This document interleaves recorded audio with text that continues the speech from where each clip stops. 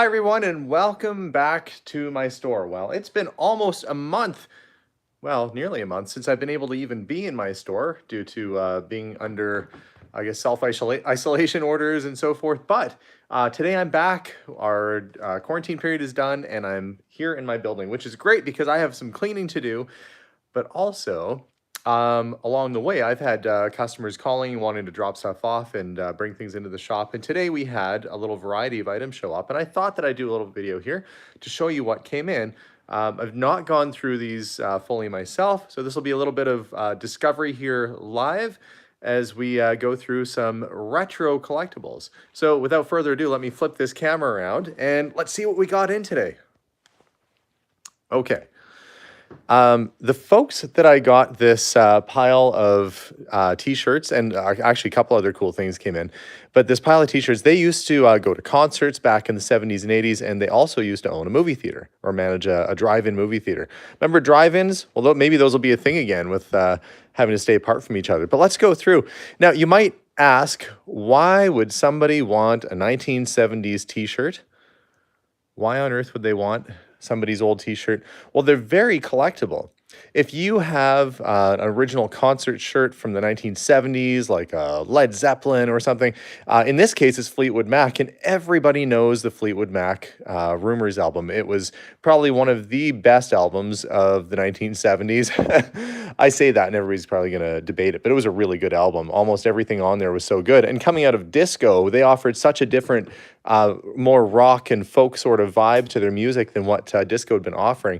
So there's Mick Fleetwood, and there's Stevie Nicks right there on the album cover. He was the drummer and the founder of the band. He actually owns a restaurant in Hawaii. If you ever go to Maui, you can go to his restaurant, and oftentimes he's hanging out there. So that's a really cool one right off the bat.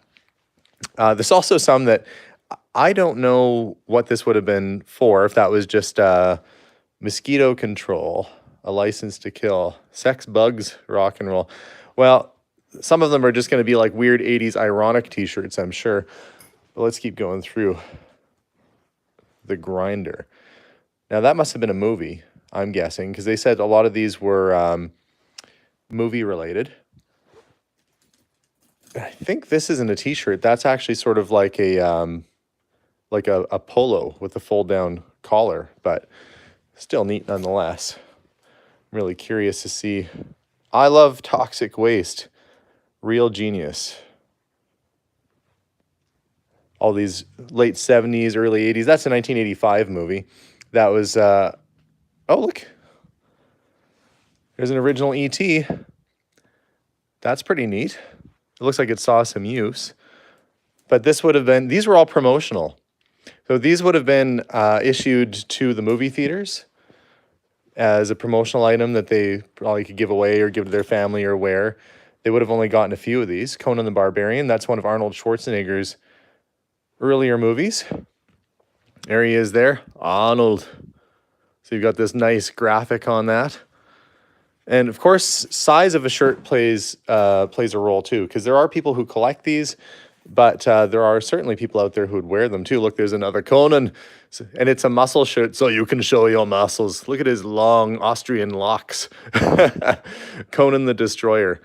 Okay, so they obviously gave a couple promotional shirts for Conan. Boy, even the wire hangers have got to be a collectible at this point.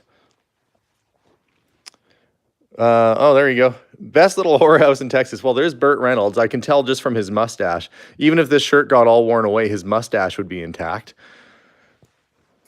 He was starring in quite a few movies back in the day. That would have been right around the time that he was doing Smokey and the Bandit, and it looks like the exact same outfit. It's like he rolled, they saw him in Smokey and the Bandit, and they're like, Bert, don't even change, just roll right onto our set. We got something perfect for you. There's another Conan. That one looks like it's unworn. Bachelor Party. I think of all those great 1980s movies, you know, 16 Candles, and I'm hoping that there's something really iconic in here. E.T. was a pretty good one. Oh, there's Xanadu. Rock shirt. Concert shirt, music-related stuff, like I said, always really collectible. Two of those. I'm guessing husband and wife went to the concert, each got a shirt. The Gong Show movie. These are kind of fun graphics, aren't they? You see a lot of this style of printing um, you know, reproduced today. Nightwing.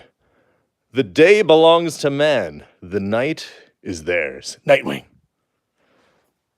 Never saw that movie. But that's how I imagine they would have said it if they were, doing, oh, look, there's lots of Conan. Okay, apparently they gave more than just a couple Conan shirts. They were like, this is going to be the biggest movie ever. Everyone in the whole audience gets a t-shirt, maybe. Oh, there we go. Cheech and Chong.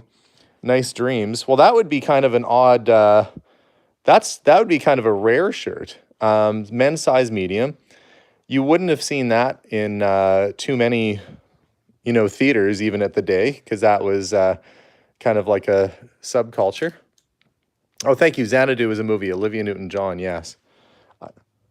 Romancing the Stone. That was Catherine Bach. No, not Catherine Bach. She was from, I'm trying to remember the actress's name, but really, really good early movie. Oh, Heavy Metal. A Step Beyond Science Fiction, the movie, the album, Heavy Metal. That was like a strange cartoon, weird. I remember as a teenager seeing that with my friends and thinking, well, that's whoever came up with that movie. They were experimenting with things because it was an interesting show, but pretty iconic. And it actually has kind of like a glitter effect even. That's unusual. Chuck Norris, Silent Rage. I think my wife might have seen that movie. When I bring home a car, I sometimes get Silent Rage from Melissa. Mind you, I say that. She's pretty good. But 1941, Hollywoodland. I think, was that a Woody Allen movie? I believe that was a comedy, 1941, where they had the, maybe a Jim Belushi movie. Does anybody recall, perhaps? Oh, Moon Over Paradise. Some of these are going to be a little bit better than others. Another Conan. Well, at least, the Conan has cool graphics. Like, I'm sure because of the comic book series and because of Arnold on there, those have got to be pretty decent. Off Limits. I'm just waiting to see like a Pee-wee's Big Adventure or something like that in here. A Kiss Before Dying. I don't know if they would have done t-shirts. Stroker Ace. Well, that definitely has a racing checkerboard sort of feel to it, doesn't it? It's interesting how they used to do this. Oh, this is like a slim turtleneck. See the Missionary. Give your body to save my soul. Wear this turtleneck to save my beard. Odd that they chose a turtleneck. No, it's the Missionary. We resolved to have turtlenecks for our promotion, but that's an extra cost of $5. We don't care. They shall all get turtlenecks. There's another ET. That is just worn right out. Look, the armpit's worn out on it. Someone liked their ET shirts. Oh, look. Here's one we all know. Back to the Future. That's the first one. My voice cracked in my excitement. 1985. That's the very first. Okay, if you own a DeLorean, or if you even just like Back to the Future, that would be a really cool thing to have. The original promotional Back to the Future shirt, but they didn't put the DeLorean on it. That would have made it so cool. Maybe they didn't have the rights. Who knows? The story of John DeLorean's actually pretty interesting too. Like when he started running out of money, he did pretty much anything he could. The Buddy Holly Story, 1978. I can't remember who starred in that. I remember that movie though. I don't know if Olivia Newton-John. Boy, I'm terrible for some of these older movies. Oh, this is cool. Here's an older one. Beatles' Hard Day's Night. Kind of a baseball cut shirt with the 3/4 sleeves. That probably would have been for a re-release back in the 80s, because that they had that movie play again at some point. In fact, I remember going to the Twin Drive-In. I believe my parents took me there to go and see the very first Ghostbusters, because I'm a little bit older. High Stakes Bullies. That's just fun, because who doesn't want to wear a shirt around that says bullies on it? Are you attracting bullies to come find you? Or I don't get it. Oh, there's another Romancing the Stone. And The Brinks Job. The American Dream Come True. Is the American Dream come true to rob a bank? Or is the American Dream come true to just have a whole pile of cash and throw around with your friends? That would be kind of fun though, just to walk into that room until you had to crawl out of it. But so there it is, The Brinks Job. And, another Heavy Metal. Okay, well, I didn't get any, like blind any of those iconic well, ET's pretty iconic. There's a lot of cool stuff. This is neat though. Culture Club. You remember Boy George? Who doesn't remember Boy George? This is like a scarf or a banner. I don't know if you'd wear it or what, but it must have come. Look, Culture Club, British Tour, 83, 84. That was right in the peak of their fame and the whole Boy George thing, Karma Chameleon, the whole thing. Oh, thank you. Michael Douglas, Kathleen Turner in Romancing the Stone. Yeah, what did I say? Catherine Bach. I had it wrong. So lots of cool t-shirts, but that wasn't it. I got some little magazines while I was there too, and they kept these behind. These are early Rolling Stone, and this is when Rolling Stone was more of a paper. And you look at the date, 1972. Who is on the cover? Well, this is a story, of course, you might get from the title, Fear and Loathing in Miami Beach. This is when Hunter S. Thompson was working for Rolling Stone, and he was covering the campaign trail back in 72. Do you imagine Hunter S. Thompson being the guy who's on a campaign trail with a bunch of actual reporters, and then there he is with his challenges and his quirkiness, to say the least. I mean, Hunter S. Thompson's a guy who blew up propane tanks with a gun in his yard just for fun, and they had him following the campaign trail. Pretty cool. And there's one from 1971. Love these old Rolling Stone magazines because this is so much good music was happening around that time. So much politically was happening around that time just to make them really interesting. So you get original copies of Rolling Stone from that period is pretty cool. Looks like they also went to a Rod Stewart concert.